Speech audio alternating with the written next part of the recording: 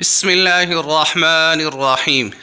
ایک صحابی رضی اللہ تعالی عنہ حضور صلی اللہ علیہ وسلم کی خدمت اقدس میں حاضر ہوئے اور رزق کی تنگی کے بارے میں بتاتے ہوئے عرض کی، دنیا نے مجھ سے پیٹھ پھیر لی ہے۔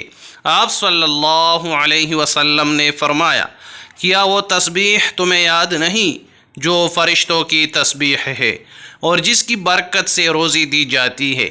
طلوع فجر کے ساتھ 100 بار کہا کر، سبحان اللہ وبحمدہ، سبحان اللہ العظیم وبحمدہ، استغفر اللہ۔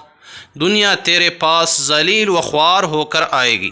وہ صحابی رضی اللہ تعالی عنہ چلے گئے اور پھر کچھ دن کے بعد حضور صلی اللہ علیہ وسلم کی خدمت میں حاضر ہو کر عرض کرنے لگے، یا رسول اللہ، دنیا میرے پاس اس کثرت سے آئی کہ میں حیران ہوں کہاں اٹھاؤں اور کہاں رکھوں۔ اللہ تبارک و تعالیٰ سے دعا ہے، اللہ تبارک و تعالیٰ ہم سب مسلمانوں کو رزق حلال کی دولت سے مالا مال فرمائے، آمین ثم آمین۔